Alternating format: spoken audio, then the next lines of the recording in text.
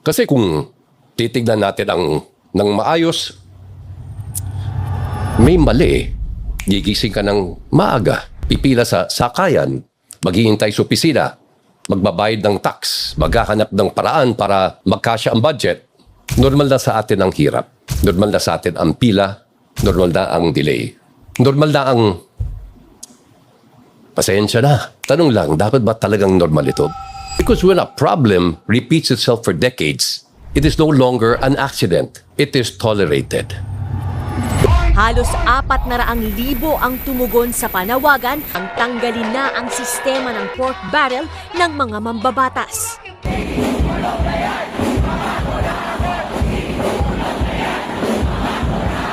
Now, here is the uncomfortable part. They lie to us.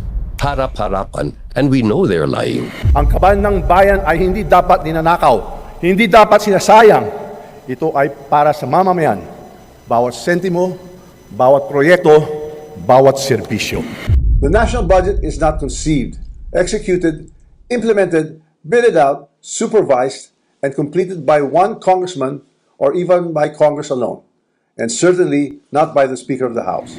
Politicians adjust to voter behavior, always. Kung mababaw ang criteria natin, mababaw din ang iaalok nila. Kung pumapalapak tayo sa mga gimmick nila, gimmick din ang ibibigay nila.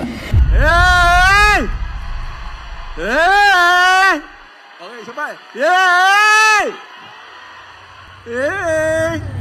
Self-respect means we raise the bar. Hindi sapat ang mabait, hindi sapat ang sikat, hindi sapat ang kilala ko yan. Competence matters. Integrity matters, track record matters, and so does specific plans. Walang magbabago kung pareho pa rin ang binoboto at pareho pa rin ang dahilan kung bakit natin binoboto. Self-respect is disciplined. It asks questions, it checks facts, it demands answers, and it refuses to reward failure. Simple lang ang tanong. Kung alam mong niloloko tayo, bakit tayo pumapayag? At kung hindi tayo titigil ngayon, kailan? Mga kaibigan, ang pagbabago hindi nagsisimula sa kandidato. Nagsisimula sa botante. Nagsisimula sa atin.